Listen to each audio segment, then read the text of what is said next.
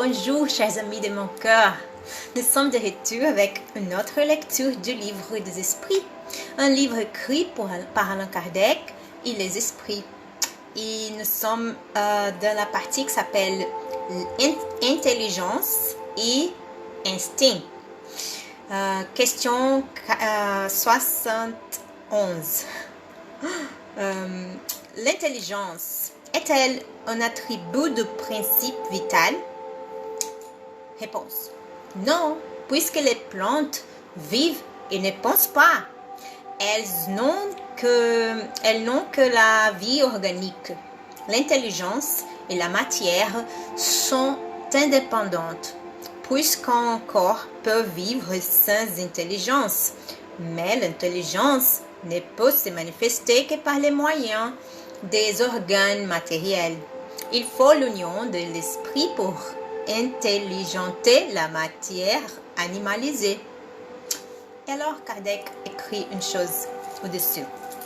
L'intelligence est une faculté spéciale propre à certaines classes d'êtres organiques et qui leur donne avec la pensée la volonté d'agir, la conscience de leur existence et de leur individualité, ainsi que le moyen d'établir des rapports avec le monde extérieur et de pouvoir à leurs besoins.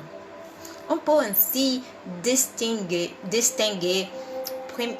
en premier les êtres inanimés formés de matière seule, sans vitalité ni intelligence. Ce sont les corps bruts. Deuxième, les êtres animés sont non pensants, formés de matière et doués de vitalité, mais dépourvus d'intelligence. Troisième, les êtres animés pensants, formés de matière, doués de vitalité et ayant de plus un principe intelligent qui leur donne la faculté de penser. Question 72.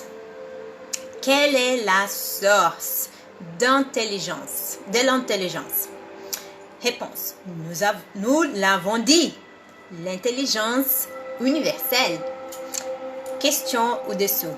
Pourrait-on dire que chaque être puise une portion d'intelligence à la source universelle et l'assimile comme il puise et s'assimile les principes de la vie matérielle?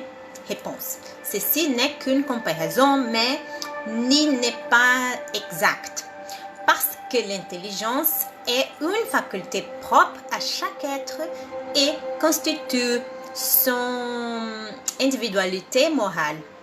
Du reste, vous le savez, il est des choses qu'il n'est pas donné à l'homme de pénétrer et celle-ci est du nombre pour le moment.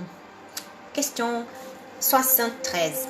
L'instinct est-il indépendant de l'intelligence? Réponse.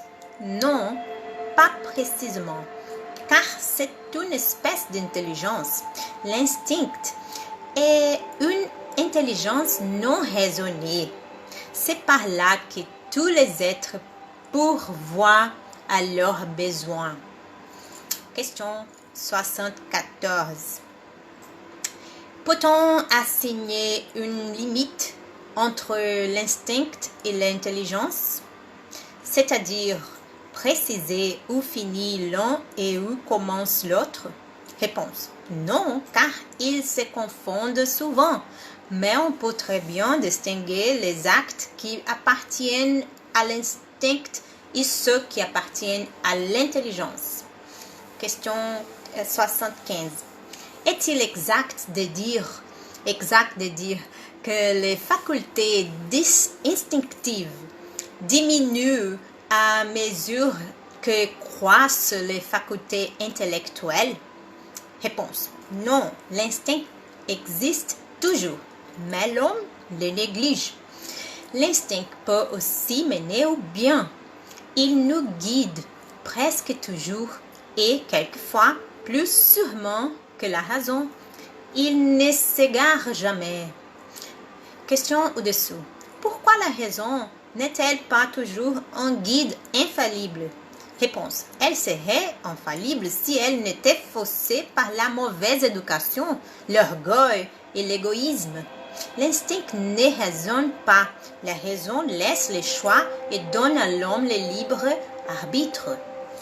Et Kardec écrit une chose dessous. L'instinct est une intelligence rudimentaire qui diffère de l'intelligence proprement dite en ce que ces manifestations sont presque toujours spontanées, tandis que celles de l'intelligence sont les résultats d'une combinaison et d'un acte délibéré. L'instinct varie dans ses manifestations selon les espèces et leurs besoins. Chez les êtres qui ont la conscience et la perception des choses extérieures, ils s'aillent à l'intelligence, c'est-à-dire à la volonté et à la liberté.